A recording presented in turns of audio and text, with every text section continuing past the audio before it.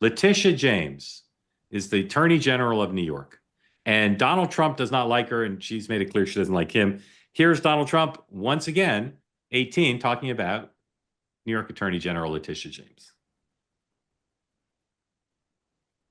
Say unrelated to that, she's a disaster for New York. She's a horrible, horrible human being. And I think she's a total crook. There's no question about it. But that's just my opinion. Pam's going to have to do what she wants. She's a very bad person. She's a very, very bad person who campaigned solely on, I'm going to get Donald Trump over and over again. She's a sick person. But that's has nothing to do with what Pam does. Pam is going to do what's right. She always does. I've known her a long time. So this, just freeze it right there. Leave it up. You see Steve Witkoff there. I don't know why he was sworn in today. He's been in the job for a long time, but he was sworn in today by Marco Rubio. And again, incredible event, open press event. Witkoff brought about 20 relatives with him, and the president introduced 18 of them. Finally, he got maybe bored, and he said, all right, there's some other people here. But it's an incredible event honoring Steve Witkoff, talking about, Donald Trump called him a killer, which is his highest praise. And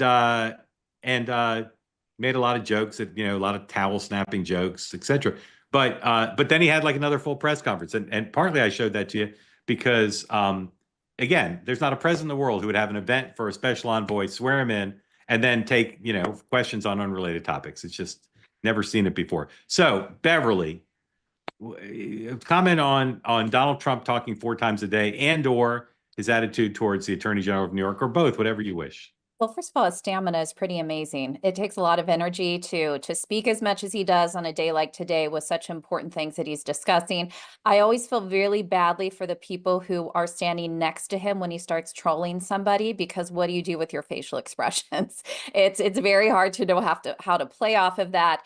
This is what Donald Trump does. It's a part of his personality I personally don't like. I don't think it would ruin his effect and his being able to be a tough negotiator to leave off the personal insults. I agree with him. I don't happen to like Letitia James at all. I do not think she's handled her job well, but you can talk about that without attacking somebody personally. But Trump's going to be Trump. And I just always feel badly when he goes off script. His staff is probably like, what is he doing? But you're so used to it at this point, you just roll with it.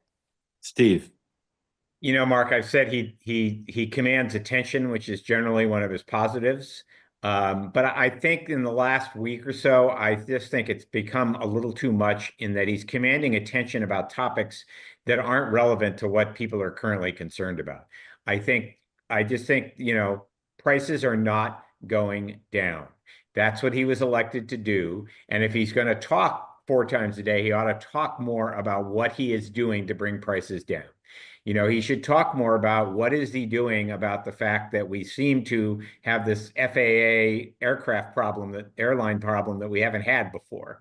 Why isn't he talking about measles? Why isn't he talking about topics that I think anecdotally are starting to break through with the American people, that things are kind of out of control, and he's not doing anything about it. And he promised on day one he was going to do something about prices. He promised on day one he was going to end the war in Gaza, and we're going to have an escalation. He promised on day one that he was going to end the war in Ukraine, and we're nowhere. So I think he had some grace period there, but I think he's getting to a point where people are going to start saying, well, what are you doing about these problems that ultimately are going to impact my life?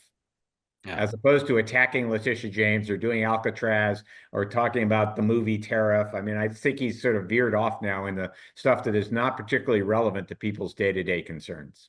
If I could add to that, I do find though that his style, there's so much humor when he speaks. So even Alcatraz, which you just mentioned, the adjectives that he used, and within like 30 seconds, that it was beautiful but miserable, weak but strong. And you listen to him speak, and you do laugh at the way he characterizes stuff. But one of the problems he does get into is he struggles to let anything about January 6th go. The elections, Letitia James, she's in that running as well. That sometimes he just appears too defensive and just stick to what you're doing that the American people are happy with. They say that something that's easy is like a walk in the park. Well, easier than a walk in the park, hit the subscribe button, be part of the two-way community, never miss an episode, be part of our conversations. Thank you for your service to America.